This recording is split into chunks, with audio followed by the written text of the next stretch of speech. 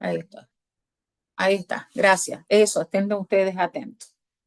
Entonces decíamos, este esquema, que es un resumen primario de la visión sistémica, que habla de un macrosistema Estado, donde está la Hacienda, que habla de grandes sistemas, la administración financiera y el control, y de otros sistemas, los sistemas que funcionan dentro de la administración financiera, que son 4, ustedes ya lo saben: el presupuestario, el crédito público, la tesorería y la contabilidad gubernamental.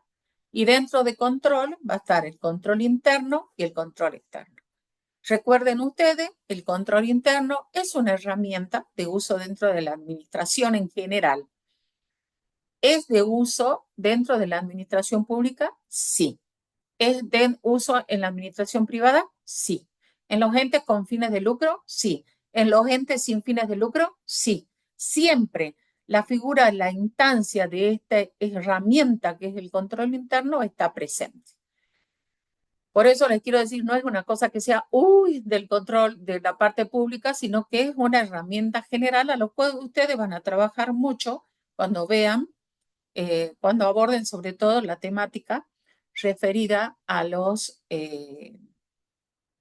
al sistema de actuación profesional, donde está dentro del programa el tema de control interno, para que es de aplicación en general, y nosotros lo vamos a explicar ahora a continuación. Luego tenemos el sistema presupuestario, que tiene 2 subsistemas que son súper importantes, chicos. Este cuadrito, así como lo ven, yo diría que es así: saquen la foto y la guardan acá cerca de la, este, de la amígdala, que dice que es la que nos maneja un poco la memoria. La amígdala, esta que está acá arriba, no en la cabeza, no esta que está en la garganta. Bien. Este modelo es una copia, no, esto no lo elaboré yo, esto es una copia que yo traje del órgano de control interno, que es el que marca las pautas de organización dentro del Estado, que es la Sindicatura General de la Nación. Así que esto lo pueden ustedes también ver, si quieren indagar un poco más, lo pueden también ver dentro de la página de la sindicatura. Acostúmbrense mucho a pensar en la idea de mirar las páginas, porque todos los sistemas vamos a trabajar con las páginas oficiales. No piensen que van a probar leyendo filminas, ¿ok? Bueno, todo el sistema de administración financiera, vamos a aplicarlo al sector público. ¿Quién dice esto? El artículo 8. Vamos a leer el artículo 8, todo el mundo con su ley. Vamos al artículo 8 y vamos a ver este artículo 8, todo el mundo con su ley, porque si no, no tiene gracia esto. El artículo 8 dice: las disposiciones de esta ley serán de aplicación a todo el sector público nacional. Y esta ley es la ley 2456, que se refiere a la administración financiera gubernamental y los sistemas de control. Bien, nosotros miramos el sector público, tratamos de reflejar en esta síntesis, pero yo quiero marcar, esta es la traducción total del artículo 8. Esta es la traducción del artículo 8. Pero ustedes tienen que entender que hay una cuestión esencial. Primero, cuando vamos a empresas y sociedades del Estado, ¿sí? A partir del decreto 70 de la gestión de Milei, todas se han derogado todas las leyes que se refieren a empresas y sociedades del Estado. Y todas esas empresas y sociedades del Estado han cambiado de estatus. Ahora son sociedades anónimas y se rigen por la Ley General de Sociedades. ¿Sí? Entonces, planteamos lo que dice la ley, la 2456, que todavía no se reformó, pero ustedes ya saben que existe una norma que las va a reformar, que la va a modificar. Entonces, todo el sistema de administración financiera y de control se aplica al sector público. ¿Cuál sector público? Al que describe, porque no lo define, lo describe el artículo 8.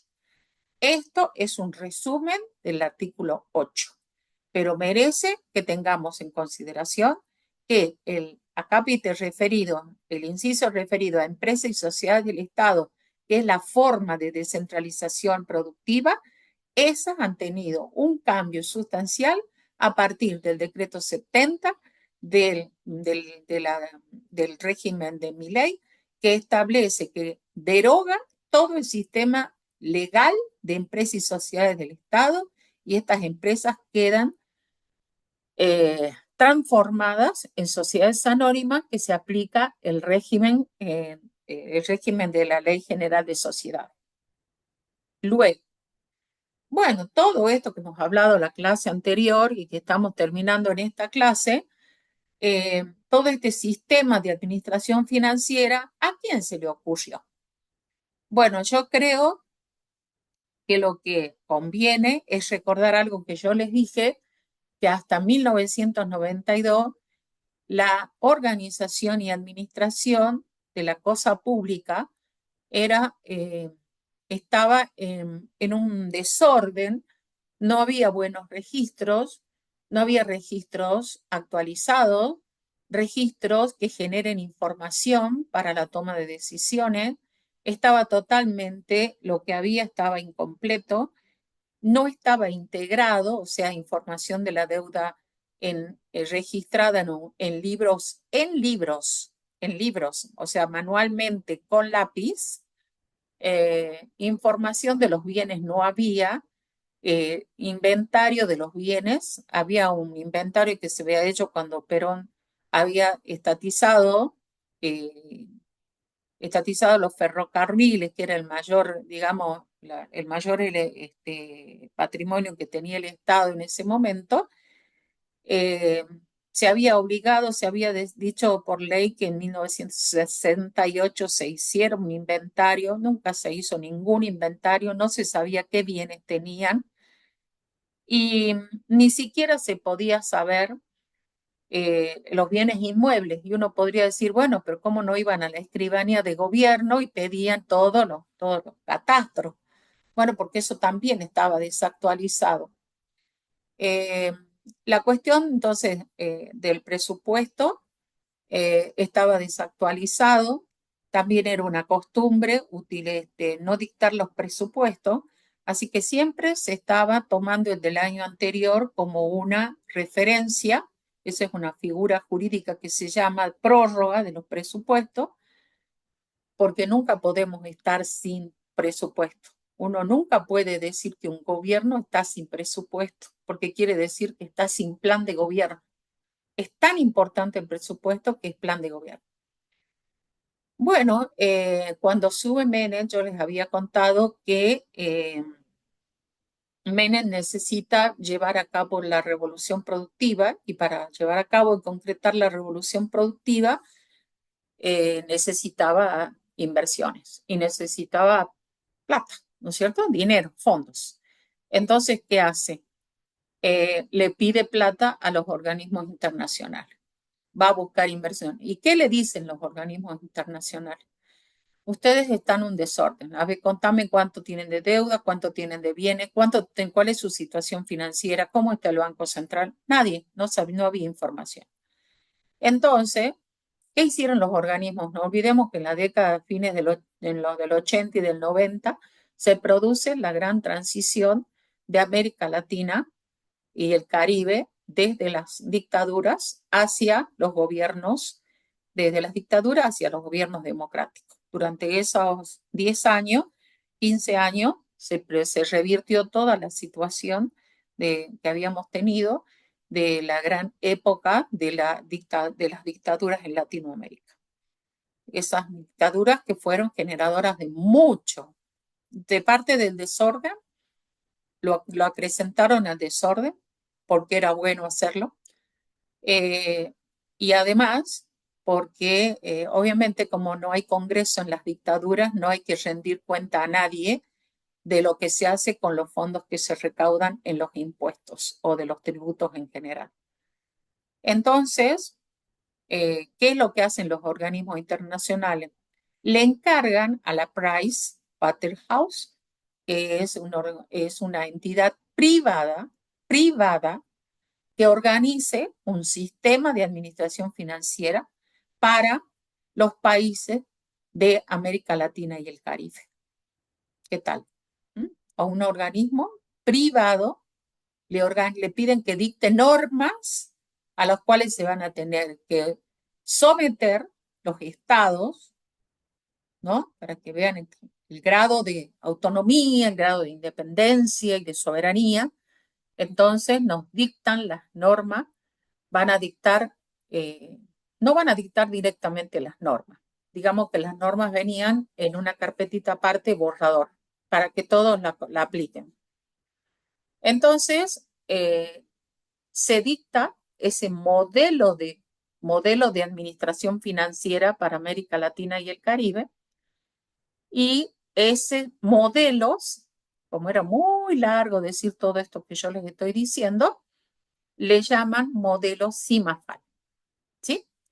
Y este modelo CIMAFAL decía, esto ocurre en 1991, lo dictan en el 90, lo aplican en el 91 y incorporan esta visión sistémica.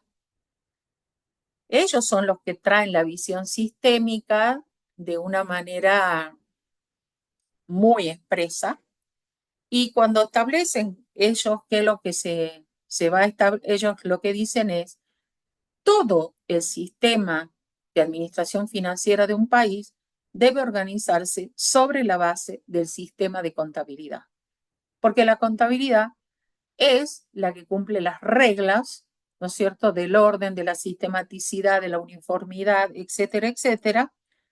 Y dicen, alrededor del sistema de contabilidad van a estar los otros sistemas, el de presupuesto, el de tesorería, el de crédito público y el de control. Y también establecen un modelo de control, ¿sí? Que es un modelo de control porque está en la nueva ley. Bueno, ¿qué hace la República Argentina? Bueno, los distintos países fueron incorporando esa modalidad. ¿Y Argentina qué hizo? Argentina dijo, según nuestra constitución, un elemento esencial y que está dentro de la constitución y por lo tanto es de carácter institucional, es el presupuesto. Entonces, para mí, Argentina dice, una cuestión técnica como el sistema de contabilidad no puede estar por encima del presupuesto. Entonces dicen, vamos a hacer nuestro propio modelo. Y vamos a hacer un modelo que está basado en el CIMAFAL, pero no puramente. Y dice, el centro de todo el sistema de administración financiera es el sistema presupuestario más el sistema de contabilidad. Y alrededor se mueven los otros sistemas, ¿sí? Entonces es sistema presupuestario más sistema de contabilidad.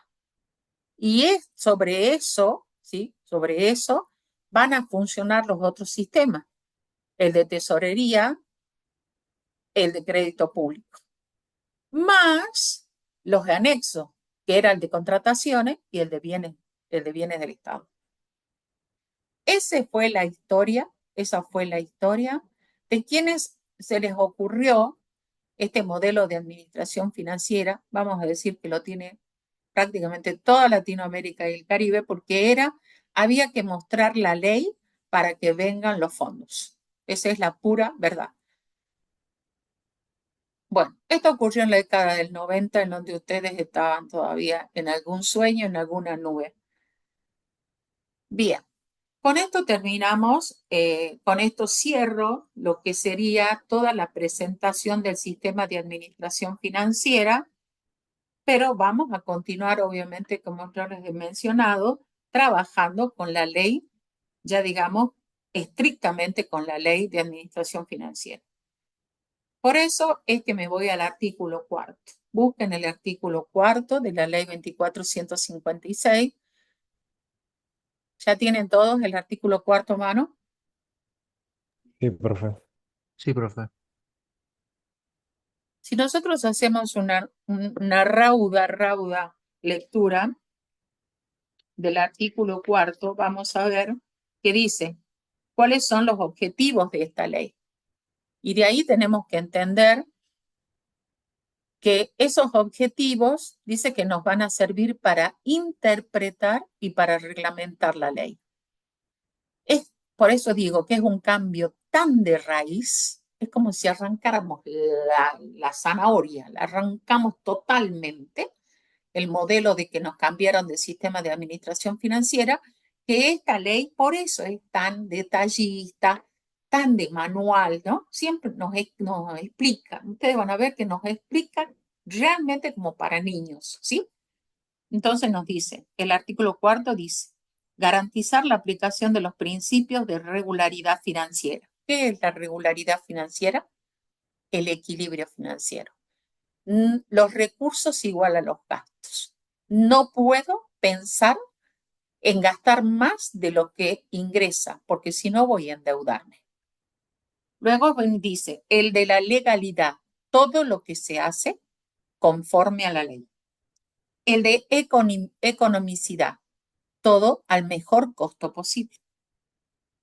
Eficiencia, a la mejor relación entre lo insumido, los insumos, horas hombre, respecto de los resultados obtenidos, de los productos obtenidos. Y la eficacia me habla del cumplimiento de objetivos, lo cual me lleva a que si yo tengo que verificar el cumplimiento de objetivos, primero tengo que establecer objetivos. Si no, no voy a poder medir la eficacia y actuar con eficacia porque no voy a tener en qué referenciarme. En segundo, el inciso B dice sistematizar las operaciones de programación, gestión y evaluación de los recursos.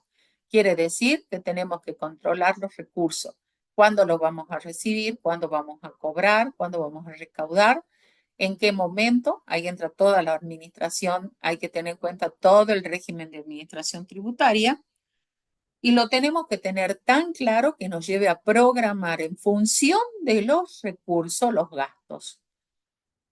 O sea que acá no es que vamos gastando y después vemos cómo vamos pagando, no. Hay que ordenar los recursos y después vamos a poder pensar cuándo ejecutar los gastos. Si no hay plata, no hay gasto. Esto es así. El inciso C habla de desarrollar sistemas que proporcionen información oportuna y confiable. Esto me dice que de entonces yo no tenía un sistema integrado. Yo les conté que teníamos, de acuerdo a la ley de contabilidad, información desintegrada. Por un lado, sin completitud, sin ordenamiento, sin actualización. Entonces, había que desarrollar un sistema. Y lo bueno de esto que ocurrió en la década del 90 es que estuvo ya presente la informática. Quizá eso es lo que benefició y quizás eso es lo que fue el punto determinante. El contar con los sistemas informáticos determinó que fuera factible aplicar esta ley. O sea, no es que se alinearon varios planetas para que esto funcione. Luego también tenemos establecer como responsabilidad propia de la administración superior de cada jurisdicción que tenga que tener un adecuado sistema contable. Y quiero ver el inciso 2, un eficiente y eficaz sistema de control normativo, financiero, económico y de gestión sobre sus propias operaciones, comprendiendo la práctica del control previo, posterior y la auditoría interna. Wow. Este inciso 2 dice que es responsabilidad de la administración superior, o sea, desde los ministros, del presidente, del jefe de gabinete, de los directores de administración, de los encargados de los servicios de administración financiera, del contador general de la nación, del tesorero general de la nación, o sea, de todas las actividades superiores, es responsabilidad de tener un eficiente y eficaz sistema de control interno que abarque cuestiones normativas, financieras, económicas y de gestión sobre sus propias operaciones. ¿Y qué tiene que hacerse? Tiene que prever un control previo, un control posterior y la auditoría interna. Bien, esto luego dice que hay que asegurar procedimientos que aseguran una adecuada conducción, una conducción económica, etc. Y por último, en el inciso de E, habla de que tiene que estructurar el adecuado sistema de control externo. Bien, este artículo cuarto tiene muchos puntos en particular a los cuales vamos a volver muchas veces, pero el que a mí me inquieta y quiero comenzar a desarrollar ahora es esto de que las máximas autoridades son responsables de que en cada organización, en cada entidad, en cada jurisdicción, acuérdense que cada entidad de jurisdicción lo tenemos en el artículo 9, tiene que definir un eficiente y eficaz sistema de control interno. ¿Sí? Bueno, ahora pensemos que yo creo que siempre hay que tener muy claro es, para comenzar a hablar de algo, es saber de qué vamos a hablar. ¿Sí? Y yo les dije que en la clase anterior que dentro de las organizaciones está el sistema de presupuesto, el sistema de tesorería, el sistema de contabilidad gubernamental, el sistema de presupuesto, el sistema de crédito público, y estos que nos acompañan con un borde verde son los sistemas anexos, que son el Sistema Nacional de Contrataciones, el Sistema de Administración de Bienes del Estado. Todos esos forman parte del sistema de administración financiera. Los que están sin borde verde son los que están contemplados en la ley. Y los otros son los que están previstos en la ley, pero no desarrollados en la ley, sino en otra normativa. Bien, ahora, esto está dentro de un sistema. Un sistema tiene una frontera. La frontera es la circunferencia. Esa es la circunferencia, es esa marca, digamos, en negro que contiene a, esta, a este círculo que está en un color morado claro, violeta si quieren. Entonces, este es el sistema de administración financiera. Pero nosotros hemos dicho que los sistemas están integrados, o sea que están ampliamente vinculados unos con otros. Eso ya lo hemos visto en la clase anterior. Hay una supervinculación entre ellos que determina que se apliquen, que se generen los principios, que se generen los principios de la sinergia, quiere decir que si todos trabajan unidos, se pueden cumplir los objetivos de la administración financiera. Y el de holístico, que si uno de ellos falla, tiene debilidades, tiene errores, entonces impacta en el funcionamiento de todo el sistema de administración financiera. ¿Cómo vamos, chicos? ¿Me van siguiendo? Sí, profe. Sí, profe. ¿Sí? ¿Sí? ¿Están todos siguiendo? Sí, profesora. Me interrumpen cuando se quedaron con algo, ¿ok? Esa es la pauta. Entonces, pero para que estos sistemas, sistema de presupuesto, sistema de contabilidad gubernamental, sistema de crédito público, todos estos sistemas funcionen adecuadamente para que se puedan alcanzar los objetivos de la administración financiera, tiene que asegurarse, tiene que existir dentro del sistema, dentro de este espacio violeta, tiene que existir un mecanismo, proceso que permitan que todo el mundo sepa, que toda la organización sepa, ¿no es cierto?, qué bienes y servicios hay que producir, cuándo hay que producirlos, de qué manera hay que producirlos, dónde hay que llevar la leche, dónde hay que poner las vacunas, dónde hay que hacer el enripiado, dónde y qué cosas se necesitan. Se necesita más seguridad, se necesita otro patrullero. Todo eso lo tiene que saber todo el sistema de administración financiera, porque si no se conocen los objetivos, difícilmente seamos eficaces. Bien, entonces se habilita un proceso interno y ese proceso interno que todos conocen toma el nombre de control interno. El control interno no es una oficina. El control interno es algo que existe como la buena vibra, como la buena gana dentro de un ambiente. El control interno en las organizaciones, jurisdicciones y entidades existe, está presente. Y ya vamos a ver cómo lo hacemos para pescarlo, para saber cómo es. Bien, luego, ese sistema de control interno, acuérdense que lo han previsto en la Pricewaterhouse para todo el mundo. Y antes lo ejercitaba la Contaduría General de la Nación, pero nosotros tenemos que saber que la Contaduría General de la Nación es la que hacía los informes y registraba, o sea que es difícil verse uno mismo los defectos. ¿Sí? Los seres humanos somos ciegos a nuestros defectos, ¿sí? Hay algunas personas que pueden ver y ser sinceras, pero en general las personas no vemos nuestros defectos. Así que se imaginan un organismo que genera información para la toma de decisiones del Estado, difícilmente tampoco se pueda ver a sí misma algún error. Entonces, era inconcebible. Yo hago los registros, yo me controlo. Hacía ruido, ¿no?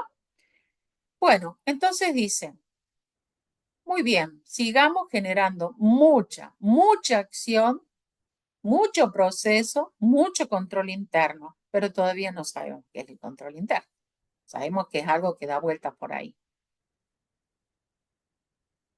Pero a pesar de que exista un buen sistema de control interno, también se necesita una manera, no nos olvidemos que el control interno lo vamos a desarrollar dentro de la organización, entidad o jurisdicción, y además que el responsable va a ser la máxima autoridad.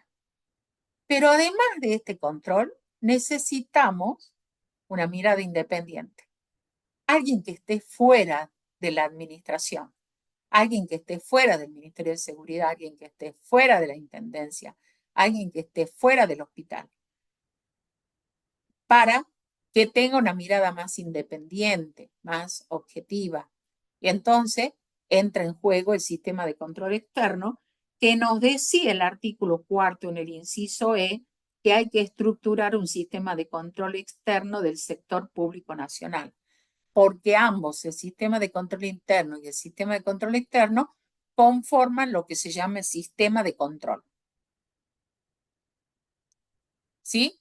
El control interno asegura que los sistemas funcionen bien y el control externo asegura que produzcan información para mostrar qué han hecho con los fondos públicos, es decir, para asegurar que rindan cuentas. El control interno, entonces, es un conjunto de mecanismos incorporados a la propia organización. No es que nosotros vamos a ir caminando por los pasillos y vamos a detectar, uy, acá está el control interno. No, está adentro. No lo vemos, pero está, aunque no lo veamos, ¿sí? Entonces, el control interno es algo que se diseña para que no se vea, pero se sienta, ¿sí? no es algo externo que viene a revisar, está dentro del proceso de gestión. ¿Saben cuándo hay control interno? Cuando ustedes están cerrando un libro diario y al final, para saber si están los números bien puestos en el debe y en el haber y se han hecho las adecuadas imputaciones al debe y al haber, ustedes suman el debe y el haber y ¿qué les tiene que dar? ¿Cómo les tiene que dar en un libro diario? Nos tiene que dar igual. Tiene que dar igual. Ustedes ya han estado aplicando control interno porque ustedes mismos se han controlado de que han hecho bien los asientos y bien las imputaciones al debe y el haber. Eso ustedes lo aplicaron y no necesitaron que nadie lo vea. ¿Correcto? O sea que ustedes sí son capaces los seres humanos aplicamos todo el tiempo idea de control interno, ¿sí? A pesar de que no le hayamos puesto este nombre técnico, ¿sí? Entonces, en el sistema, el control interno implica que el sistema se controla a sí mismo mientras está funcionando. Es como cuando nosotros nos tomamos la presión o nos tomamos la temperatura o vamos al médico. Nos hacemos controles para saber cómo estamos funcionando. No estamos esperando que nos vaya mal. Cuando vamos al médico, no esperamos que nos digan que estamos mal. No, nos dicen, estamos esperando. Estamos esperando que si podría haber algún problema, hagamos la prevención. Por eso es que ustedes, para saber si estaba bien imputada las cuentas al debe y al haber, preventivamente ustedes suman. Y es más, a veces el control lo van haciendo asiento por asiento. Y después cierran todo el libro diario. No buscamos error con el sistema de control interno. Lo que queremos es asegurar que funcione bien todos los sistemas funcionen bien. Y ese control, ¿cómo puede ser? Mientras se están ejecutando las actividades, mientras estoy entregando los colchones, mientras estoy poniendo las vacunas, concomitantemente, puede ser previo cuando guardé las vacunas para que no se rompa la cadena de frío y la guardé dentro de la heladera. Puede ser cuando compré las bolsas de cemento para hacer el hormigón de la construcción que estamos por hacer unas viviendas. Compré, vi que fuera bueno el cemento, lo guardé, cerré la puerta, puse llave y además anoté cuántas bolsas de cemento había entrado. Todo ese control previo. Después voy a ver cómo funciona cuando voy a construir. Ese va a ser control concomitante. Y luego va a venir el inspector de obra a hacer el control posterior si las columnas tienen el suficiente hierro, porque nosotros acordémonos, por lo menos en capitales, y ustedes en la parte de Orán están en zona sísmica, tienen que tener para la construcción antisísmica determinada cantidad de hierro. Recuerden ustedes que el hierro dentro de una construcción, ¿no es cierto? El antisísmico no es que evite que la casa se nos caiga encima. El antisísmico es que nos dé tiempo a salir. Eso es entonces, hasta que se cumplan las normas antisísmicas, es una norma de control interno. Bien, el control interno se apoya en qué? En normas claras. Todos tenemos que saber qué normativa se aplica para poder hacer que todos los sistemas funcionen bien. ¿Cuáles son los procedimientos? ¿Cómo se vincula? ¿Cómo tesorería va a llegar a pagar una orden de pago? ¿La tesorería emite la orden de pago? No, porque si no yo me puedo inventar. Si yo soy la tesorera me puedo inventar órdenes de pago y pago. No, tiene que intervenir alguien más. ¿Quién? El área de contabilidad. Ella es la que emite la orden de pago. Procedimientos bien definidos.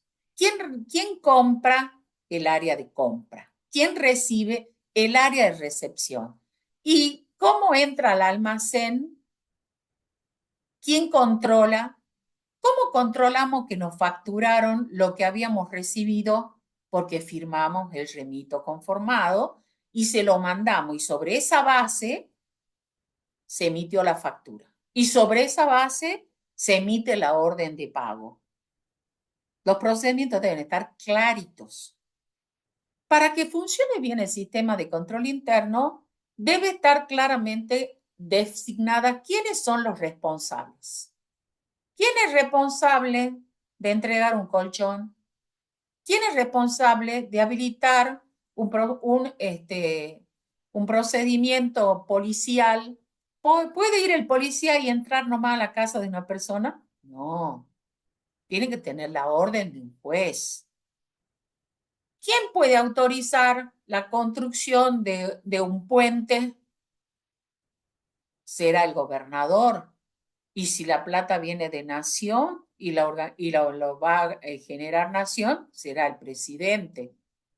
¿Quién? ¿Quién es responsable de autorizar la compra de una resma? ¿Quién es el responsable de autorizar la compra de los aviones a Dinamarca?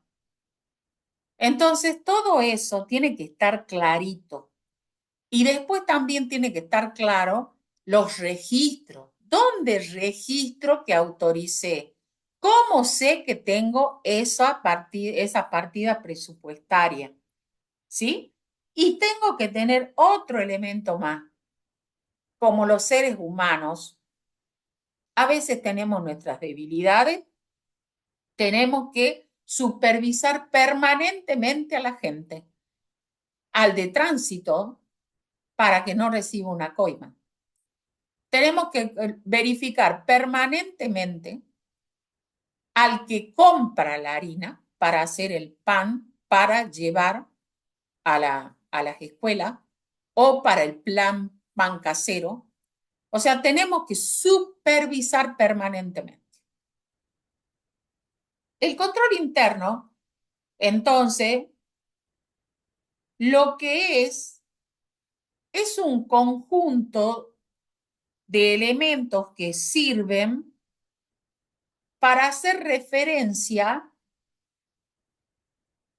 a cómo bajan del ministro, del gobernador, del presidente, al ministro, a los directores, a los gerentes, a los jefes de división, a los jefes de sección, cómo bajan las directrices. ¿Qué son las directrices? Las indicaciones de qué es lo que vamos a hacer, cómo lo vamos a hacer, cuándo lo vamos a hacer. Eso es para que todo esté integrado, coordinado y de esa manera la administración financiera pueda lograr sus objetivos. Bien.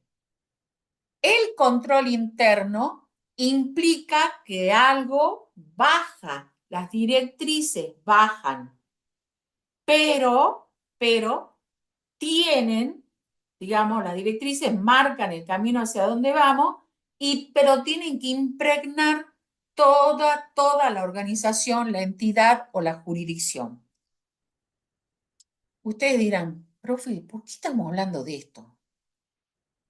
Porque yo necesito que ustedes entiendan que la Hacienda necesita tener un buen control interno para que funcione adecuadamente el sistema de administración financiera y el sistema de administración permita con su gestión obtener bienes y servicios que satisfagan las necesidades públicas.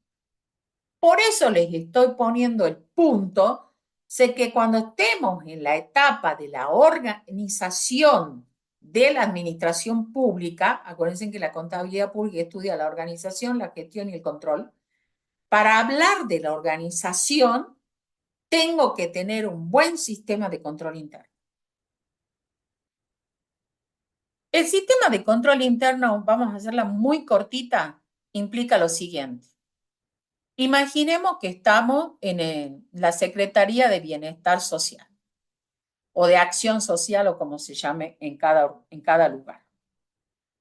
Entonces, compramos mercadería para darle bolsones de mercadería a las personas que necesitan. Entonces, ¿cuál es el objetivo cuando yo voy a comprar mercadería? Aceptar la mercadería que yo haya pedido. ¿Y cómo voy a hacer para asegurarme de que en el depósito de la calle Ameguino reciban la mercadería que yo mandé a comprar desde el Granbur? Porque yo voy a tener que tener un procedimiento, es decir, emitir una orden de compra. Y esa orden de compra le va a servir a la gente del depósito que reciba la mercadería que tenía que recibir y no otra.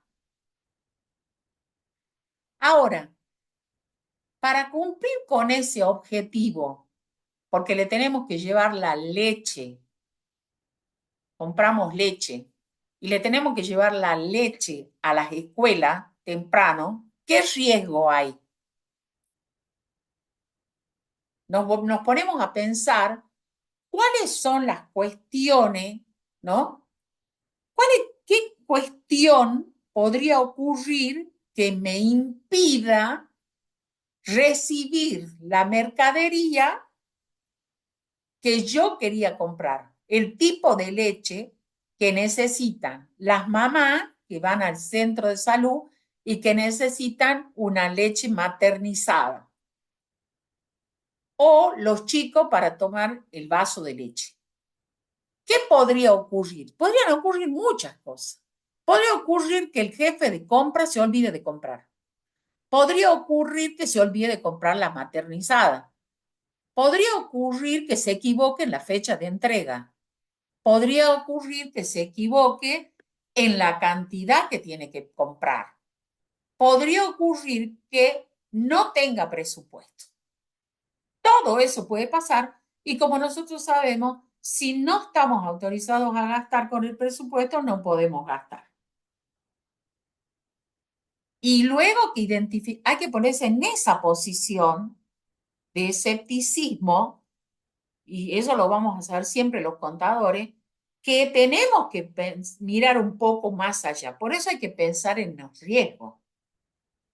Ahora, puede ocurrir, ¿sí? ¿Cuál riesgo le podemos identificar? Es que si solo queremos recibir esta semana leche maternizada, puede ocurrir que el depósito de la calle Ameguino no tenga idea que tenía que recibir leche maternizada. Así que cuando llega el camión de la leche maternizada, le dice, no voy a recibirlo, porque no tengo mi orden de compra. Así que se pregunta uno, no tiene idea de qué tiene que recibir. Así que si le dan leche común, también puede recibirla de buena onda. ¿Se entiende? Y entonces, ¿qué hacemos cuando tenemos conciencia de que hay riesgos? Es como cuando organizamos un asado. ¿Sí? Vamos a poner la mesa afuera o adentro. Y bueno, si está nublado y hace 5 días que viene lloviendo, es probable que hoy también llueva. Ese es el riesgo. Así que tenemos que prever de ponerla adentro. ¿Ok? Y de paso, una vez que detectamos cuál es el riesgo, tenemos que pensar, ¿qué hacemos con el riesgo? Porque yo voy a tener acá las señoras que van a venir a pedir la leche maternizada. ¿Qué hago con los riesgos? Pues tengo que establecer actividades de control. Ah, ¿qué es actividades de control? Las actividades de control son verbos, son acciones. ¿Qué tengo que hacer? Revisar el cronograma, revisar cuánto pedido de leche maternizada hay, pedir un informe de cuánta leche maternizada hay en el depósito, ver cuándo voy a hacer la entrega, ver si me va a alcanzar lo que tengo en el depósito hasta que llegue la próxima remesa de leche maternizada.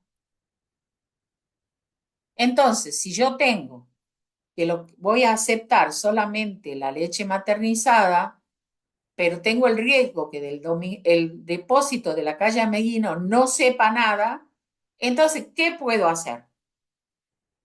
Bueno, lo primero que puedo tener, el objetivo es recibir leche maternizada de 750 mililitros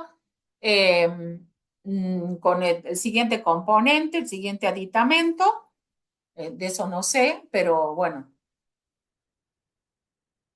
¿Y qué voy a hacer? ¿Y qué voy a hacer? Bueno, primero, tengo que asegurarme de que la calle Ameguino reciba una copia de la orden de compra.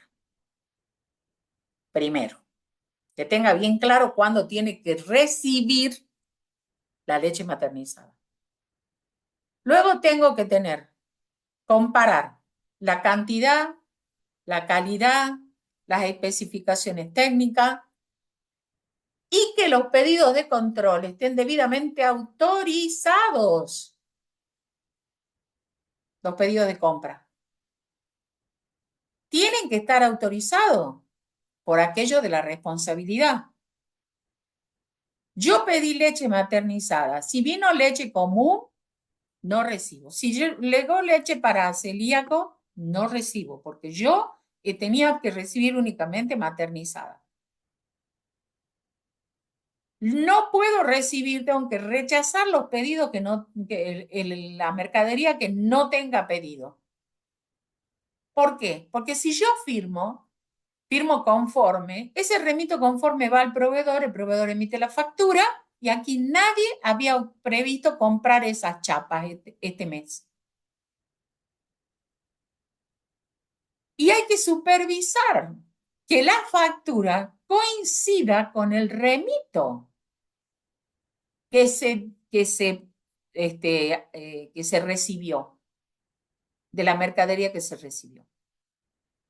Porque puede ser que no, que nosotros no estaba en el remito la maternizada en la leche para celíaco y resulta que me facturan la leche para celíaco cuando yo únicamente recibí la leche para maternizada. ¿Qué hago con la leche? La cuido, ¿sí? La cuido primero para que si tiene que estar a determinada temperatura, no se rompa la cadena de frío. Si tiene, qué fecha de vencimiento tiene, y tengo que evitar que alguien la vaya a sustraer. ¿El riesgo cuál es? Que no tenga seguridad física, que no tenga un responsable que la cuide, alguien que anote cuánto entra y cuánto sale y quién lo lleva y si estaba autorizado, o puede ocurrir que alguien entre y se lleve unas cuantas para la casa. ¿Qué hacer? Mantener la seguridad física, separar la función. Quien cuida no debe ser el mismo que registra, porque si no yo me llevo 2 a la casa y las vendo y anoto que sacó Juan Pérez 2 y se las llevó. ¿Qué otra cuestión? Tengo que ser capaz de informarle al área de compra buena información sobre la cantidad de leche maternizada que tengo, la cantidad de chapas que tengo, la cantidad de colchones que tengo, la cantidad de hormigón que tengo, la cantidad de uniforme para los trabajadores que tengo. ¿Cuál es el riesgo? La pérdida de la información. O que al sistema de información lo incorporen mal. En vez de poner 100, pongan 1000, o en vez de poner 100, pongan 10. Errores. ¿Qué hay que hacer?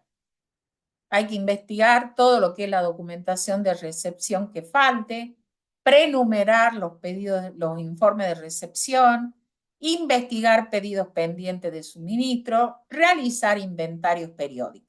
Esas son acciones. Cada vez que yo pienso en una acción de control, entonces estoy pensando en una actividad de control, en un verbo, en hacer algo. Hacer. O sea, que quiere decir que el control interno no es solamente fijar objetivos, pensar en los riesgos que pueden afectar el objetivo, sino también pensar qué puedo hacer para que el riesgo sea lo menor posible. Bueno, sobre esto vamos a ver qué pasa. Ahora salgamos ya de la leche maternizada y pensemos qué control interno tiene que hacer la universidad para darle los títulos a quienes hayan cumplido con la aprobación de todas las materias. Ese es el objetivo. Que yo le dé el título a quien yo, universidad, le dé el título a todos los que hayan cumplido con las condiciones necesarias para recibirse, incluido que hayan aprobado todas las materias, que tengan el libre deuda de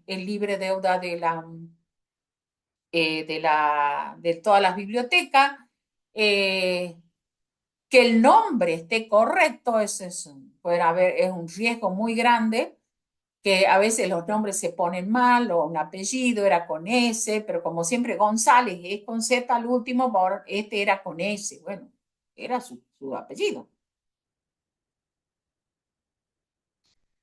Errores en el nombre del título de la carrera. Que se entreguen títulos a quienes no terminaron de cursar la carrera. Esa es otra cuestión. O a alguien que no cursó la carrera. ¿Sí? Esto es importante porque el tema del control interno está en todos lados. Entonces, ¿qué actividad tenemos que llevar a cabo? Diseñar el informe de materias aprobadas, cómo va a ser el diseño, quién lo va a aprobar, quién lo va a autorizar. Eso hay que prever quién es el responsable de informar que rindieron todas las materias. Determinar los niveles de informe de alumnos en condiciones de recibir sus títulos. Ahora hay una cosa que también es para que uno pueda obtener su título, es tener el libre deuda. En el caso de Capital tenemos que tener libre deuda de todas las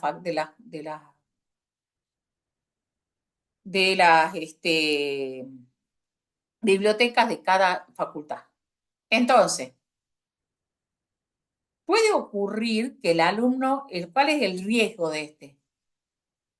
Que el alumno deba libro a las bibliotecas, ¿sí?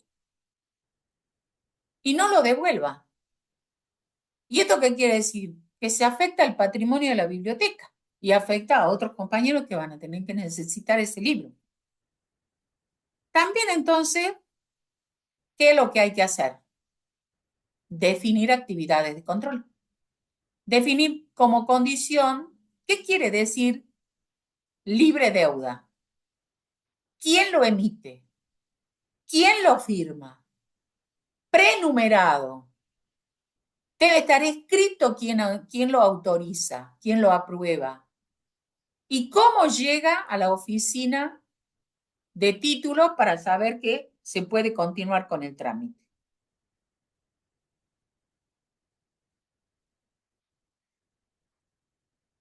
Sigamos pensando en la biblioteca.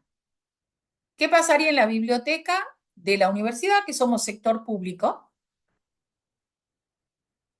Que hay que protegerla. Hay mucho papel ahí. Entonces ¿cuál es el riesgo? Un incendio. ¿Cuál es otro riesgo? Que se nos desborde el río y nos inunde porque una parte está en planta baja. Un terremoto. Que no tenga los planos aprobados. Que utilice, hay algunas veces, algunos edificios son de madera.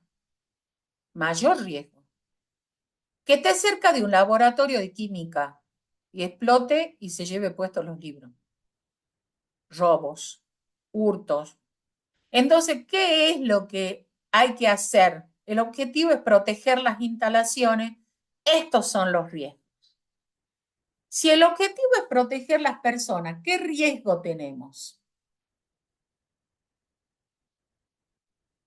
Que no tengan capacidad para atender los requerimientos, que no tengan sistema de consulta, que no tengan sanitarios, que no tengan contaminación sonora, o mejor dicho, que haya contaminación sonora. En una biblioteca tiene que haber silencio.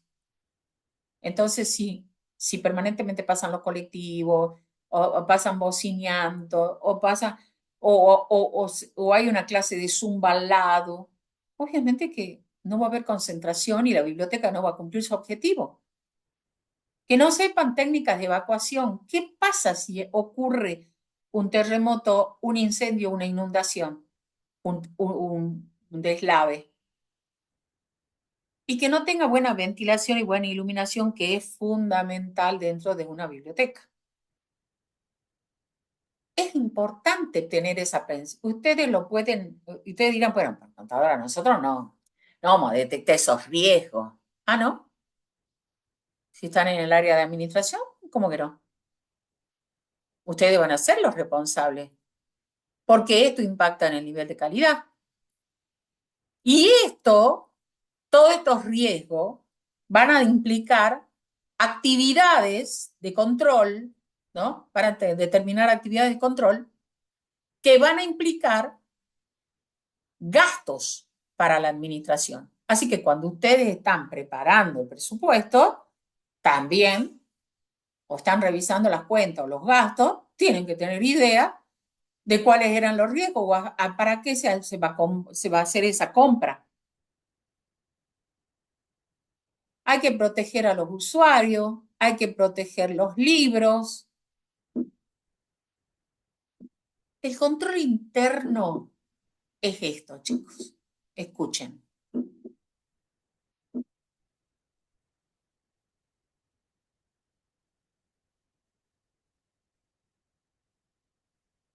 El control interno es el sistema circulatorio de las organizaciones.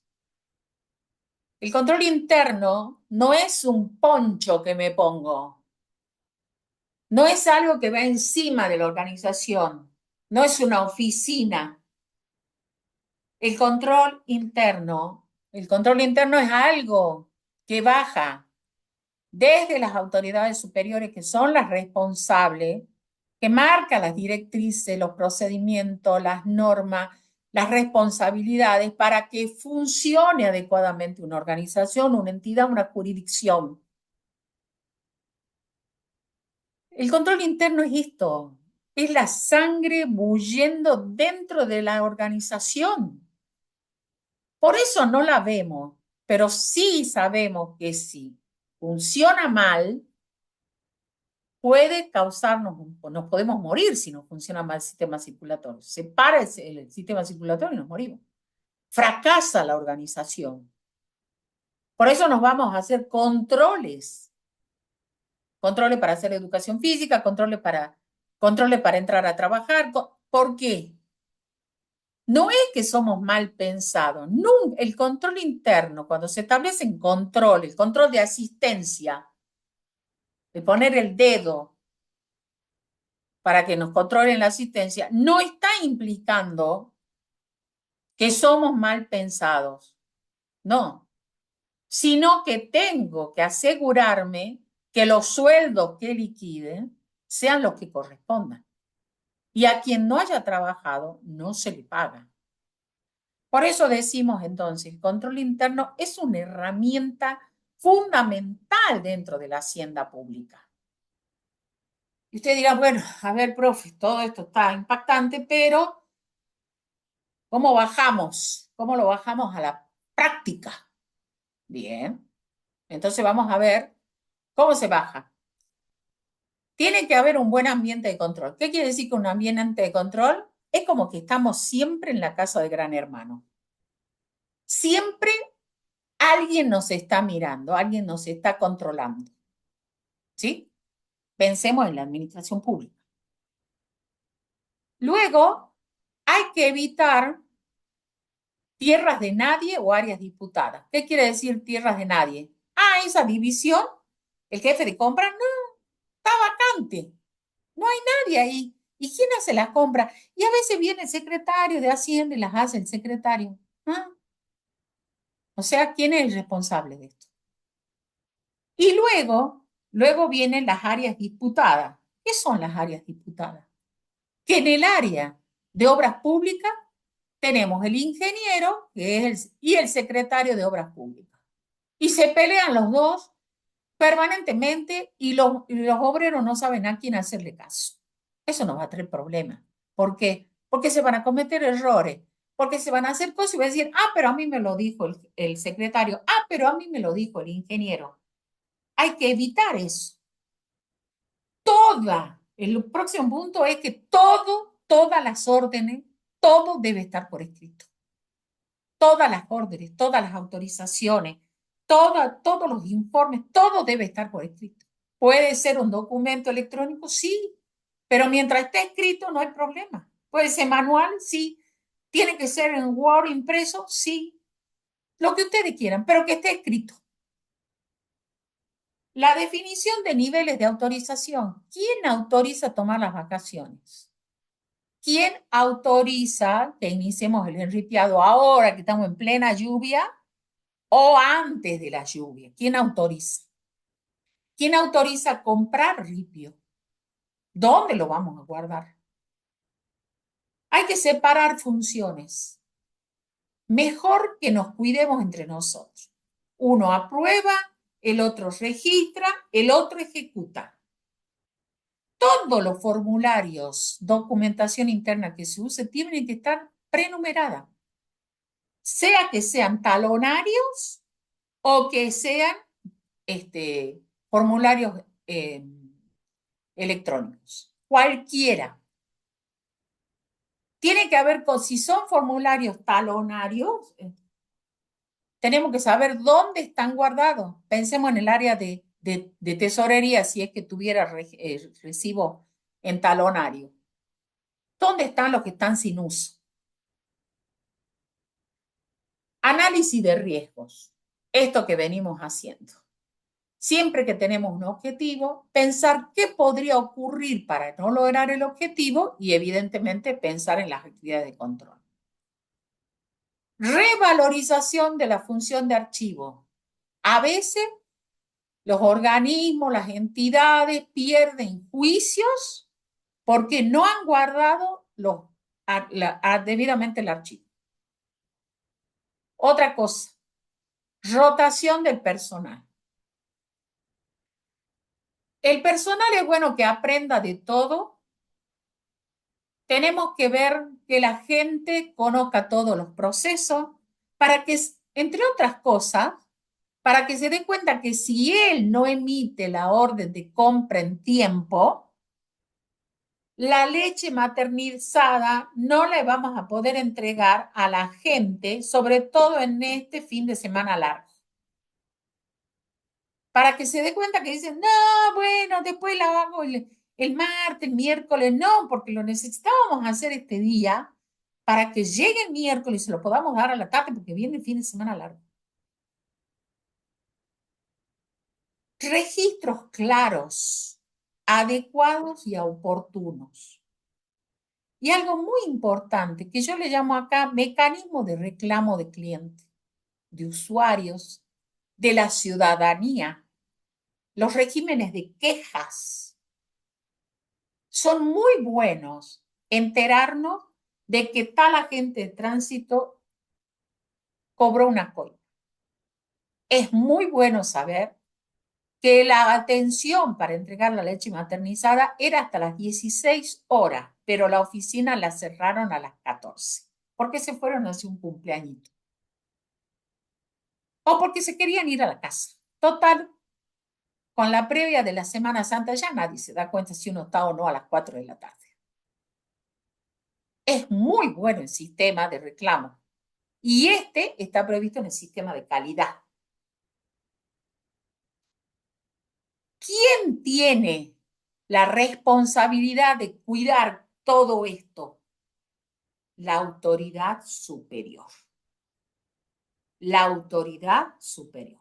Y no lo dice la profesora Segura, lo dice la ley 2456, cuando habla de la Sindicatura General.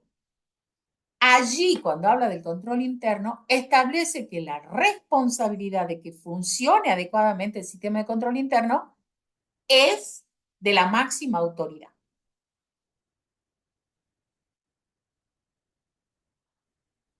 Bien. Entonces. Ay, me fui. El control no existe por sí mismo. No tiene sentido el control interno porque sí. El control interno lo que busca es que todos los elementos del sistema de administración financiera funcionen y funcionen bien. Que no haya desvíos normativos, que no haya infracciones legales, que no haya cuestiones que afecten la rentabilidad, la utilidad, la racionalidad de las operaciones a cargo del gobierno. Y una vez que ha detectado eso el control, lo que tiene que hacer es adoptar medidas correctivas, porque la idea no es mandar preso a nadie. La idea es que funcione la administración financiera, determinar la responsabilidad del órgano culpable, exigir la indemnización si le causaron un daño al Estado. ¿Qué tipos de control hay? Hay control preventivo. ¿Cuándo es el preventivo? Antes de iniciar el proceso. Cuando yo les decía, controlemos la leche que ingresa, la cantidad de ripio que hemos comprado para poder enripiar tantas calles. ¿Va a alcanzar? Entonces, el punto de control es la entrada. El control preventivo, concomitante o detectivo es un control mientras se está generando el proceso. Mientras voy enripiando, voy viendo que realmente esa calle primero la necesitaba, si es lo suficiente, cuánto volumen de enripiado hay que echarle. Bien. Es el control concomitante. Le entrego la leche maternizada y me doy cuenta de que es una señora de 70 años. ¿Y usted por qué quiere leche maternizada? Y el control correctivo posterior es que cuando termina el proceso, termino de entregar las leches maternizadas, termino de vacunar, termino de enripiar, termina de efectuarse la acción policial. ¿Cuál fue el producto? Ese control me permite verificar si soy eficaz. Lo que obtuve, lo que se obtuvo, lo que se dio, lo que se entregó, lo comparo con los objetivos, con los planes. Y entonces tengo allí el control posterior, al final del proceso.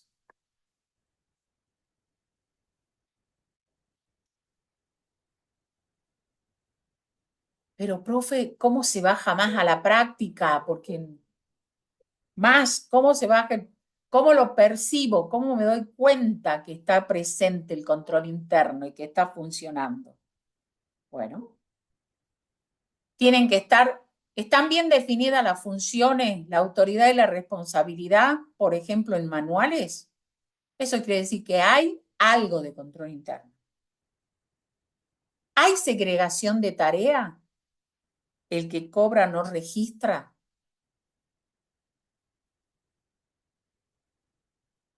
¿Se hacen arqueos habituales? ¿Se hace control de kilometraje de las camionetas? ¿Se hace control del consumo de combustible? Se hace control de las salidas de chapa con las personas que han sido habilitadas para recibir chapas.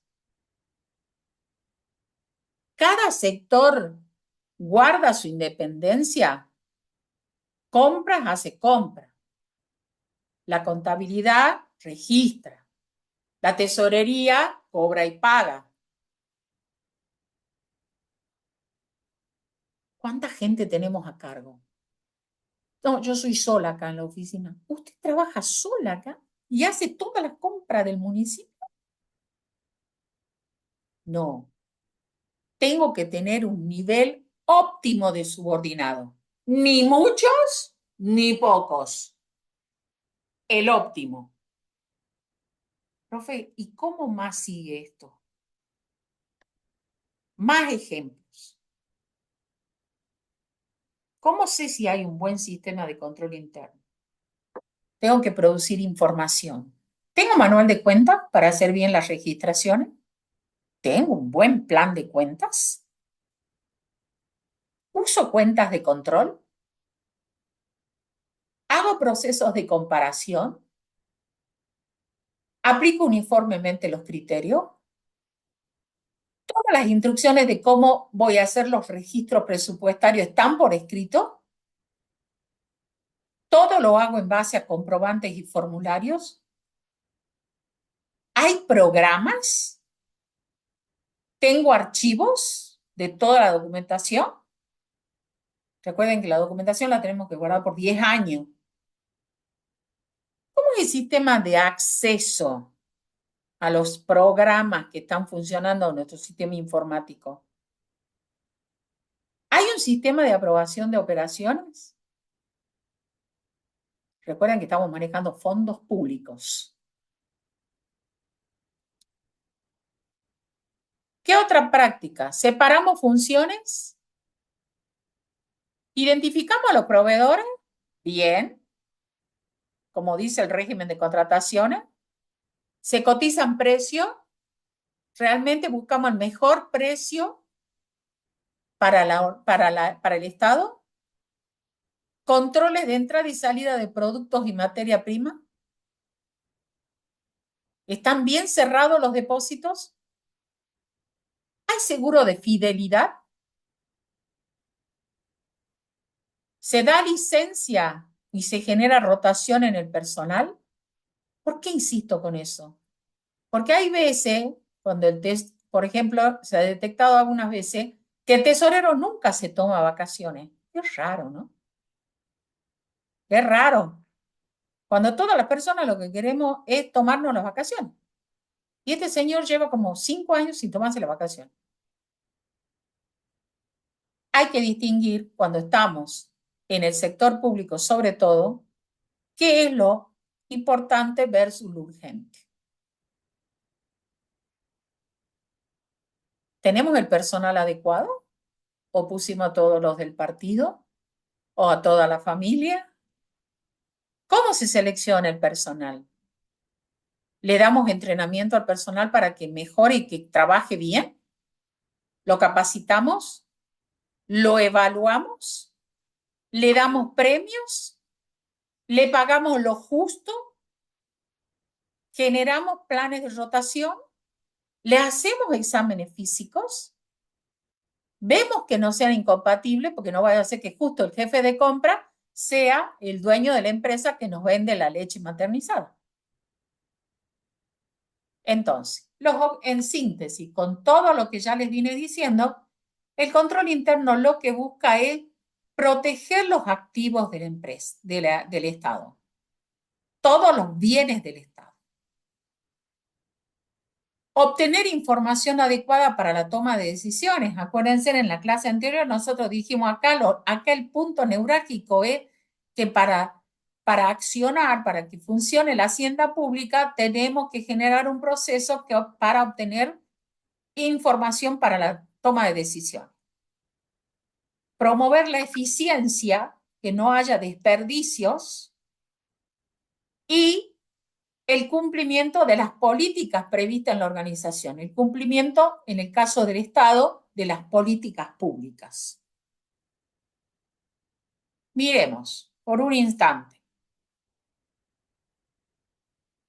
Si yo lo que desarrollo es una acción de comparación de la información propia, de lo que yo le debo al proveedor de ripio con la información que me puede proveer el proveedor de ripios, ¿qué tipo de objetivo estoy cumpliendo ahí?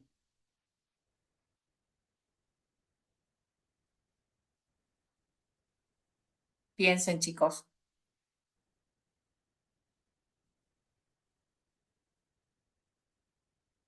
Estoy por informar cuánto debo a los proveedores de ripio. Yo tengo mi información, pero quiero cerciorarme, ¿sí?, de que esa información es la correcta. Le pido información a los proveedores de ripio y la consolido, la comparo, luego voy a conciliarla y de ahí voy a informar. ¿Con qué tipo de objetivo me identifico?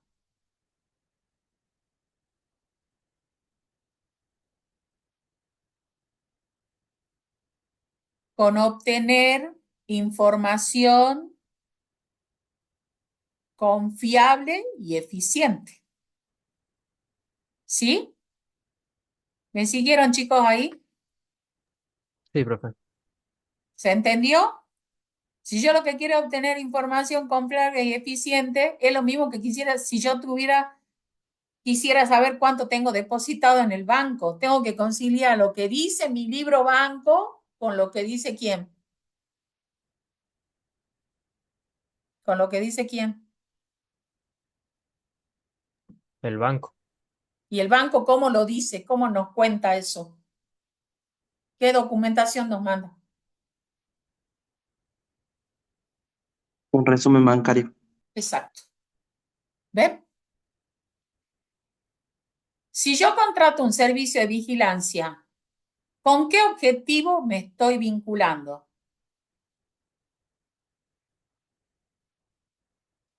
Protección de los activos. Bien. Si yo pienso en los servicios de archivo, Eficiencia operativa. por ejemplo, ¿y qué otra?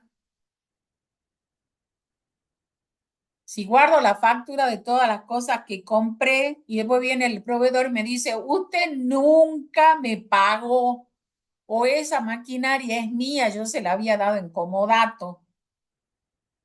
¿Qué también puede ser?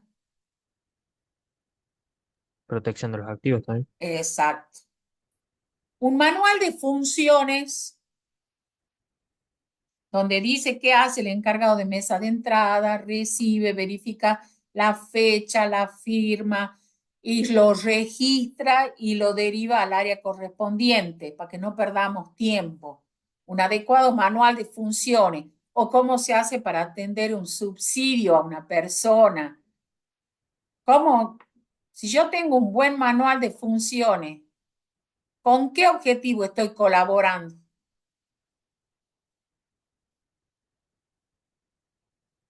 Con la eficiencia operativa. Claro. Si hago una buena división del trabajo, ¿con qué objetivo estoy colaborando? Promover la eficiencia operativa.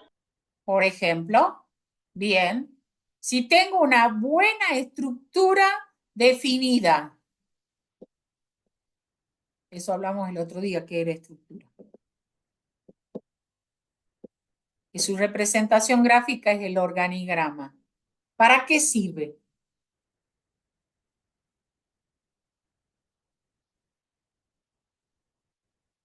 ¿Para qué sirve? ¿Qué se les ocurre a ustedes tener clarito dónde estamos?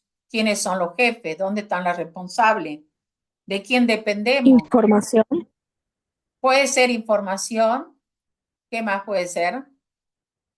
Y también la eficiencia operativa. También, bien.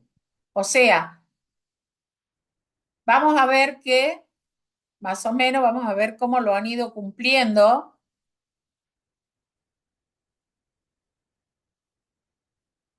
Bueno, y ahora vamos a ver la emisión de un cheque o transferencia para cada pago. Un cheque para cada pago. Nada de estar emitiendo un cheque ómnibus para todos los pagos, las cosas que debemos. ¿Con qué contribuye? Piensen ustedes. Con información confiable y eficiente. Ajá. Protección de activos. Casi. Manual de procedimiento, manual de funciones, siempre tiene que ver con eficiencia operativa. ¿Y con qué más? Si yo conozco cómo hacer las cosas, contribuyo a cumplir las políticas de la empresa o del Estado, las políticas públicas. Un manual de cuenta me sirve para tener buena información. Un registro de firma y manual de autorizaciones es protección de activos. Nadie puede sacar la camioneta si no está autorizada por fulano y solo la sacan los choferes. Políticas de seguro, protección de activos. Claves de acceso, protección de activos. Planes de contingencia. ¿Qué es un plan de contingencia? Bueno, ustedes van a averiguar qué es un plan de contingencia. Ahora, profe, ¿y todo el mundo cómo hace? El Estado, cada ministerio, cada municipio, cada provincia desarrolla su propio sistema de control interno? En principio sí, podría hacerlo. Bien. Pero, ¿qué pasa? Pero ocurre, ¿no? Que en general los controles internos buscan eficiencia, reducir el riesgo de pérdida de valor de los activos, ayudan a garantizar la confiabilidad de la información y ayudan a asegurar que cumplamos con las normas. Entonces, ¿no hay por ahí, profe, un modelito que nos ayude, que alguien ya lo haya diseñado y que nos sirva para que nosotros podamos, a partir de ese modelito, lo podamos aplicar en mi municipalidad, por ejemplo? Sí. Hay un modelo internacional. Hay varios modelos internacionales, vamos a decir así. Hay varios modelos. Hay muchos organismos internacionales que han emitido modelos de control interno para que no nos rompamos la cabeza y tomemos algunos elementos de lo que proponen estos modelos para que podamos organizar el estado en el que trabajamos. Bien, perfecto. ¿Cuál es el que se utiliza? ¿Se acuerdan de lo que yo recién les hablaba del CIMAFAL al principio de la clase? Ese movimiento de CIMAFAL genera también todo ese grupo de estudio, genera un modelo que es el modelo COSO. El modelo COSO es una sigla, ¿no? El comité de esponsoriador de las organizaciones esponsoriadoras, digamos, eso en castellano. ¿Qué quiere decir esponsoriadoras? No son las que ponen los nombres en las camisetas de fútbol o de básquet, no. Son aquellas empresas que promueven las buenas empresas, los buenos estados, la buena administración.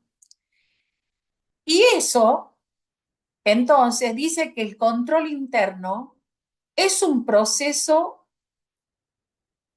efectuado por la dirección y por el resto del personal de una entidad, municipio, provincia, nación. Es un proceso llevado a cabo por toda la organización con la intención de diseñar, ¿no es cierto?, de diseñar con un grado razonable de seguridad el logro de los objetivos de la organización, y que esos objetivos son eficacia y eficiencia de operaciones, fiabilidad de la información, cumplimiento de leyes y normas aplicables y salvaguarda de activos. Entonces, es un proceso que se desarrolla, acuérdense que estaba adentro del círculo violeta, todo ocurría ahí adentro, todo iban y venían las flechitas rojas, que lo lleva a cabo toda la organización, desde la máxima autoridad hasta el último operario, hasta el último empleado de la administración. Para lograr los objetivos de la organización.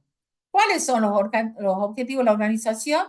Eficacia, eficiencia, confiabilidad de información, cumplir las normas y cuidar los activos. Bien. Pero no dice que nos va a asegurar el 100%, porque todo va a ocurrir en el futuro. Y nadie maneja el futuro. Entonces, por eso nos dice que está pensado, que está diseñado con la idea, con el objeto, con el objetivo de proporcionar un grado razonable de seguridad. O sea, nunca vamos a poder decir que vamos a alcanzar los objetivos 100%, sino con un grado razonable de seguridad. Cuanto mayor sea, mejor sea el sistema de control interno, mayor será el grado de seguridad. Ahora, si es medio flojón el sistema de control interno, entonces será menor será el grado, menor será el grado de logro de los objetivos. ¿Se entendió esto? ¿Se entendió esto? Sí, profe. Bien. Sí, profe. Ahora miremos qué dice el modelo COSO.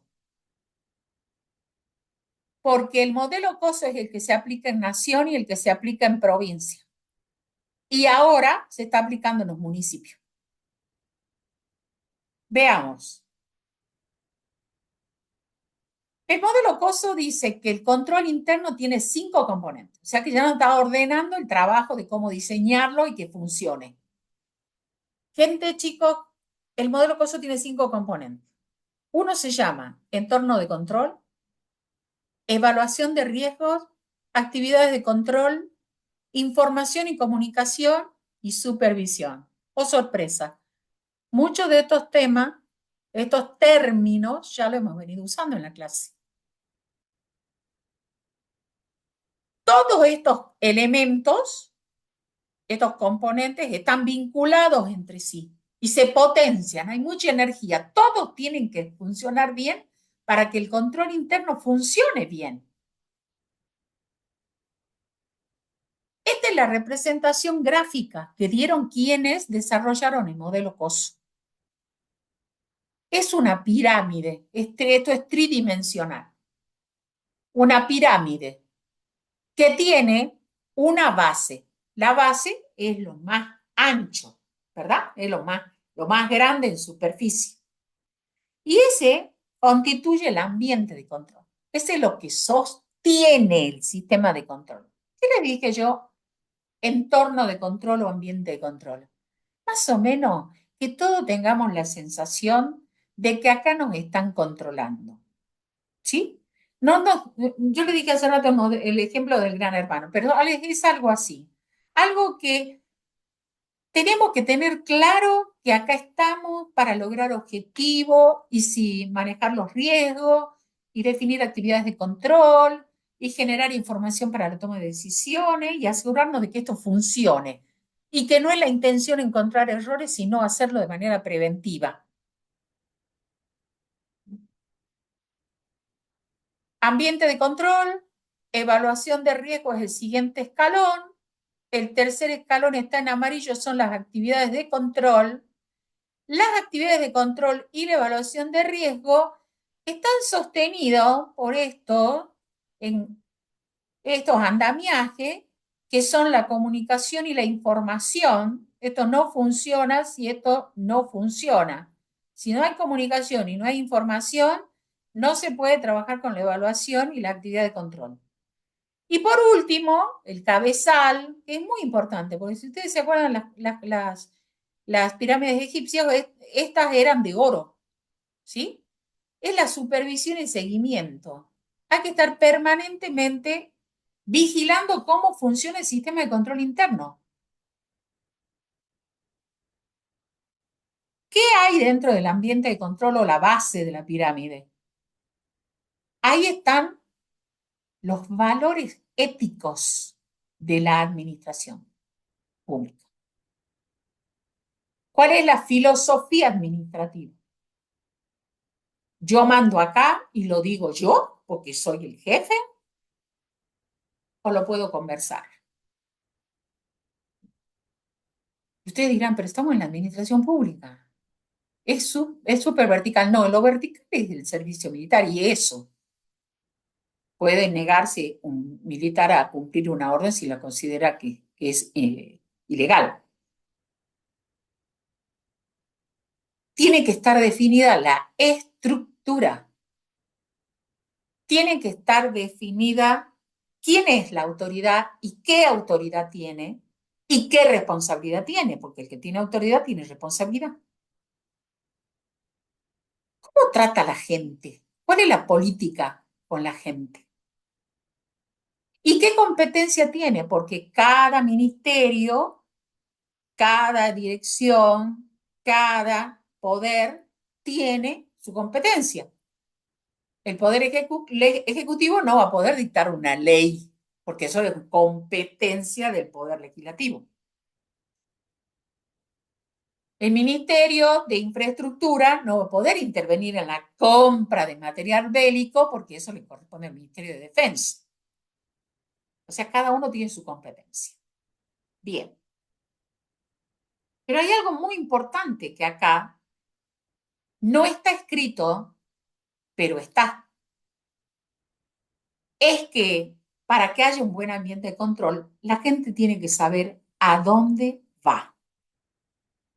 ¿A dónde vamos? ¿Qué es lo que hace este ministerio? ¿Qué es lo que hace esta oficina? ¿Qué es lo que hace este poder? Entonces, lo que es importante es definir los objetivos. No están expresamente acá puestos en el listado, pero un buen ambiente de control necesita que estén definidos los objetivos. Por eso es lo primero que planteamos cuando empezamos una clase. Entramos a la unidad tal y esto es lo que vamos a hacer, vamos a aprender.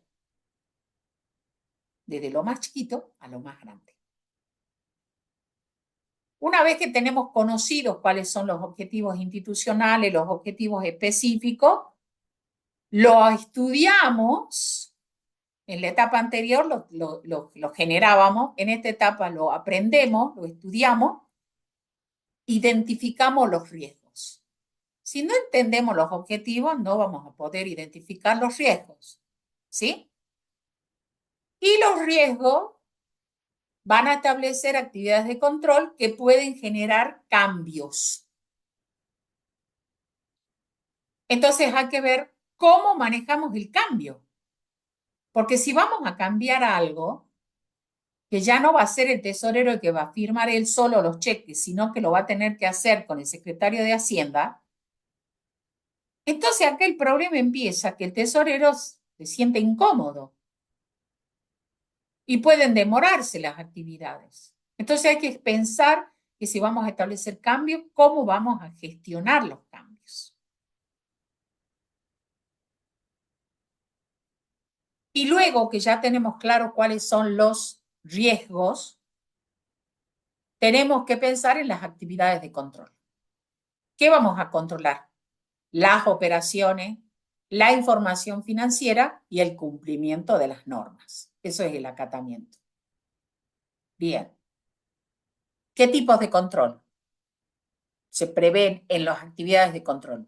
Controles preventivos, que ya hemos visto antes de iniciar el proceso. Controles correctivos, que pueden ser concomitantes o pueden ser posteriores. Manuales automatizados. Los controles son a pulso, voy tildando o estalla el control como si tuviera un buen sistema que controla el total de las columnas de debe y haber. Y luego vienen con los controles gerenciales. Los controles gerenciales ya se hacen sobre informes. Ya no van a ver que está bien cargada la factura, ni que ha llegado tanto de leche maternizada, sino que ya se hace a nivel gerencial, es en qué medida venimos logrando que los niños que tenían problemas de desnutrición y que han consumido leche maternizada están mejorando de peso, están mejorando el percentil.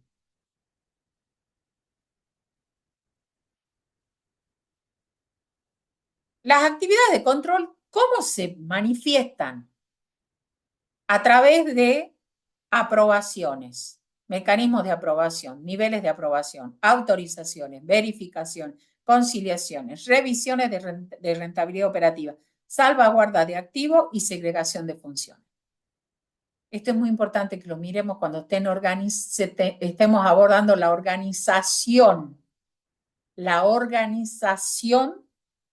del Estado.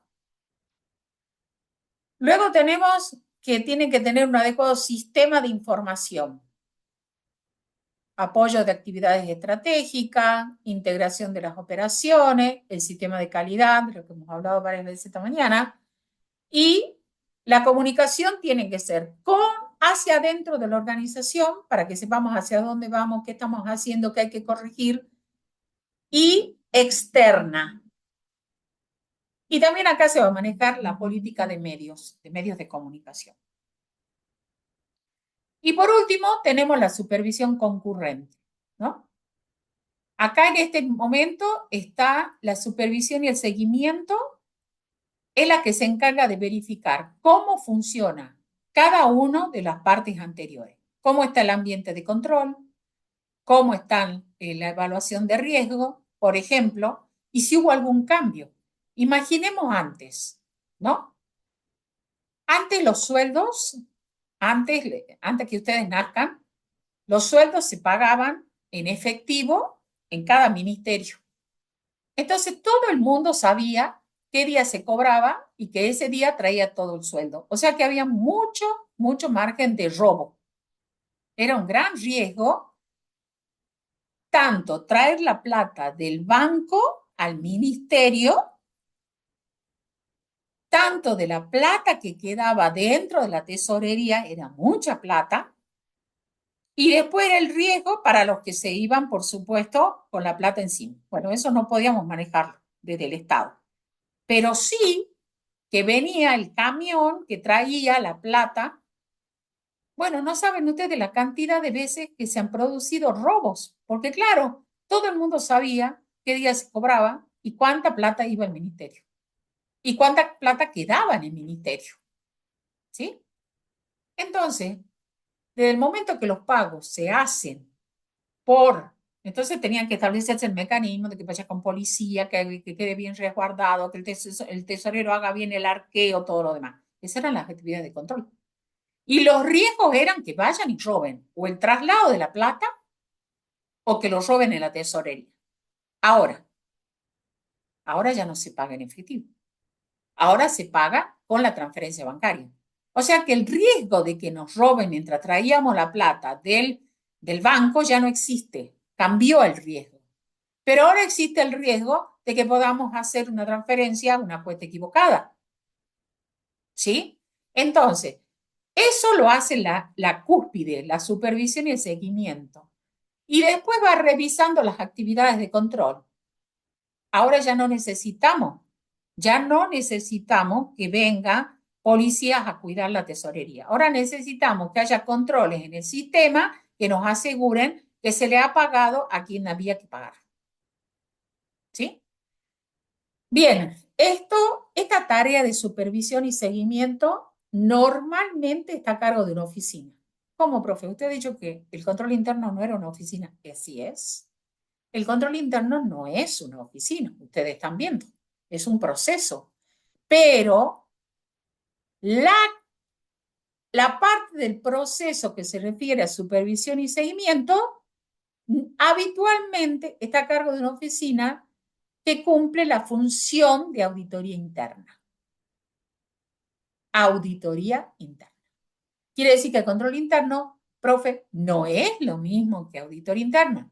Correcto. Sí, es así. No es lo mismo. Bien. Acá les voy a mostrar les dejo cómo funciona el control interno respecto de cada sistema. Pensemos. Tesorería tiene como objetivo administrar eficientemente los fondos públicos y garantizar liquidez. ¿Cuál es el riesgo? La falta de disponibilidad de fondos para pagar. O que se pague indebidamente, o que se pague fuera de término y, por ejemplo, genere intereses o multas. ¿Y cómo lo resolvemos a esto? ¿Cómo manejamos el riesgo de la falta de disponibilidad? Haciendo una buena programación financiera. Eso lo vamos a aprender en el práctico 10, 11.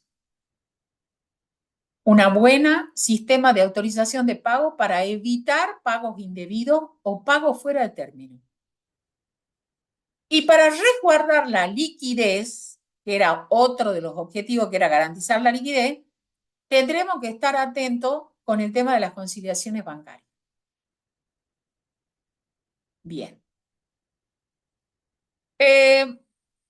Imaginemos crédito público. ¿Cuál es el objetivo de crédito público? Gestionar el endeudamiento de manera sostenible. ¿Cuál es el riesgo? Que nos endeudemos excesivamente, sin la autorización del Poder Legislativo. Y que hagamos un uso ineficiente del crédito. Bien. ¿Y cómo podemos manejar este riesgo? Primeramente, tenemos que contar siempre con autorización legal. Una ley autoriza endeudarse. Tenemos que evaluar todas las condiciones financieras del endeudamiento y hacer un seguimiento de la deuda.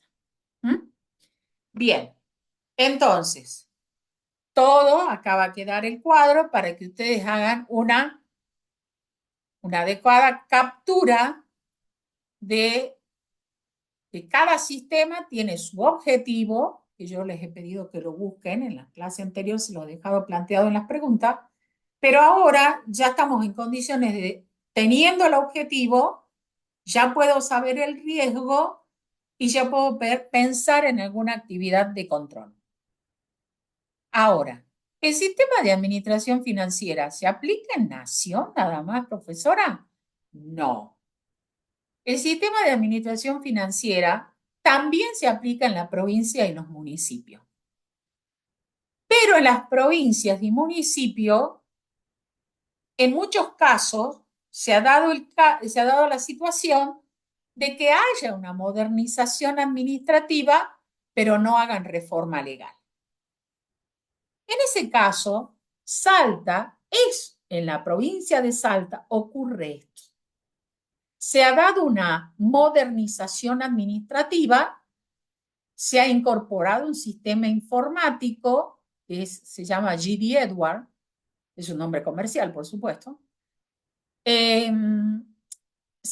Estamos hablando del año 96, 97. Después también nos hemos organizado, hemos tomado la figura de los órganos rectores, de los servicios de administración financiera en la provincia de Salta, pero no modificamos la ley de fondo. Nosotros somos, creo que con La Pampa, las únicas provincias en toda la República Argentina que no hemos dictado nuestra ley de administración financiera. Y creo que me estoy equivocando con La Pampa. Pero sí, Salta es la única que se sigue manejando con una ley de contabilidad de 1956. ¿Ok? ¿Y qué pasa en los municipios? Pues los municipios siguen, vamos a decir, que siguen aún en las estructuras más antiguas. Ni siquiera han hecho un avance terminológico y muy pocos han incorporado sistemas integrados de todo el funcionamiento, de toda la gestión de los municipios. Hay algunos que hacen el registro de los movimientos de tesorería, que hacen el registro de presupuesto, pero nada más. Los municipios se han quedado en el tiempo, realmente todavía no han hecho ese salto cuántico hacia la nueva administración financiera. Entonces, a veces es bueno pensar que sería lo ideal es que cada provincia y cada provincia, al dictar sus leyes de administración financiera, no la copió a la 2456, sino que un poco la fue acomodando. Por eso acá pongo a alguien que tiene un saco a medida. Trató de que sí se seguía el modelito de nación de la 2456, pero trató de adaptarla a su realidad y a su normativa y a su constitución, básicamente. Bien. Salta no tiene traje, digamos. Directamente Salta en la provincia. Seguimos con la vieja ley de contabilidad, que ya vamos a estudiarla, y además no solamente sigue con la ley de contabilidad, sino que lo que ha hecho es poner un sistema informático parecido al sistema informático de Nación, parecido, y es más, casi lo han utilizado para parametrizar, se tomó el modelo de Nación, y también utiliza la jerga, el vocabulario de Nación. Pero seguimos con la ley de contabilidad. Bien. ¿Qué necesitamos entonces? O sea que se llega, en la mayoría de los casos de la provincia, se informatiza, pero no se hace la reforma legal. En Nación tenemos el marco normativo en la ley 2456. El marco institucional es un sistema integrado de administración financiera. Ahí sí lo tenemos clarito, ese es el modelito. Las características: organización sistémica, formalizada y subsistema, presupuesto, tesorería, contabilidad, crédito público, órganos rectores, órganos coordinadores, órganos ejecutores, y hay una vinculación con el sistema de control. Bien. ¿Qué pasa en las provincias?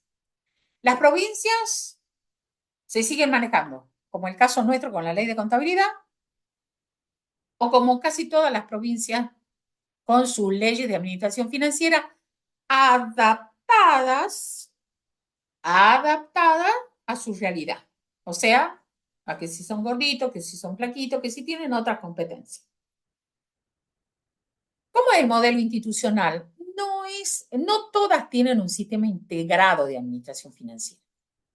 sino que son modelos mixtos o modelos en transición. Van haciéndolo, a la integración la van haciendo lentamente, ¿no? Persisten las leyes de contabilidad, algunos han adoptado sistemas de administración financiera inspirados en el modelo nacional, pero nunca igual, y se va incorporando lentamente todo lo que es el sistema informático. ¿Y qué pasó con los municipios? Bueno, el marco normativo son las cartas orgánicas o las leyes provinciales en el caso del 81-26 que es el régimen municipal. Es todo un modelo fragmentado, todo separado. El presupuesto por acá, la deuda por acá, los bienes por acá, el presupuesto por allá. Y en general no tienen contabilidad general, ¿sí? Si nosotros leemos las cartas orgánicas, vamos a ver que tienen normas que hablan del presupuesto, que hablan de la tesorería, que hablan de los fondos, que hablan del patrimonio del municipio, pero no hay integrado un adecuado sistema de administración financiera. Se van incorporando algunos sistemas informáticos, algunas prácticas nuevas de gestión, pero todavía esto no funciona en los municipios de esta manera. O sea que hay un gran nicho de mercado para trabajar el día de mañana. Bien, entonces,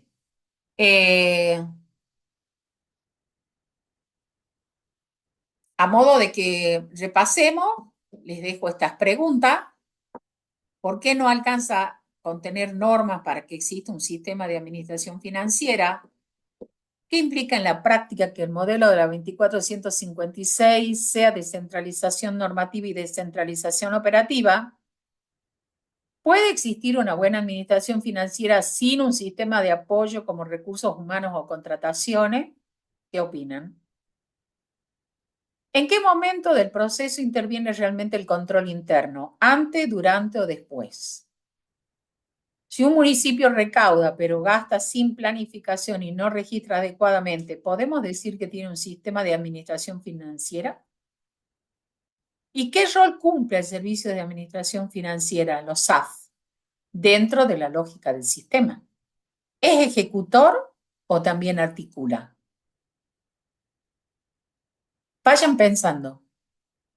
La evaluación tiene estas preguntas.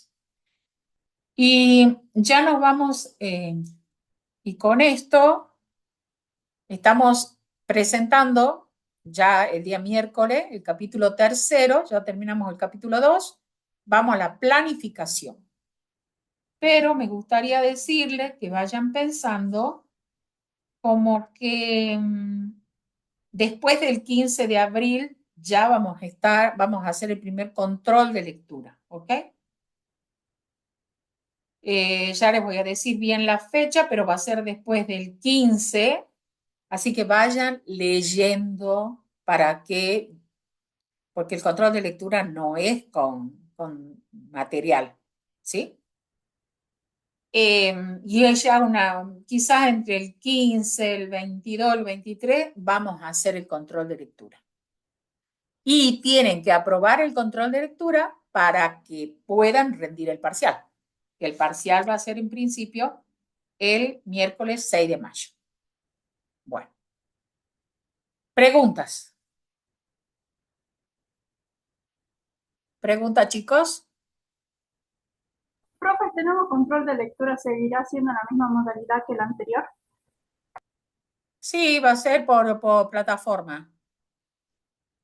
Pero sugiero y bueno, y ahora estamos cambiando el contenido, ¿no? O sea, todo lo que se viene dado, pero va a ser por plataforma. Múltiple choice, 20, 25, 30 preguntas, ya veremos. Bueno, profe, gracias. ¿Algo más? Bueno, nos vemos el día miércoles para comenzar con el capítulo 3 de planificación. Bueno, que tengan buen día. Nuevamente, profe, hasta luego.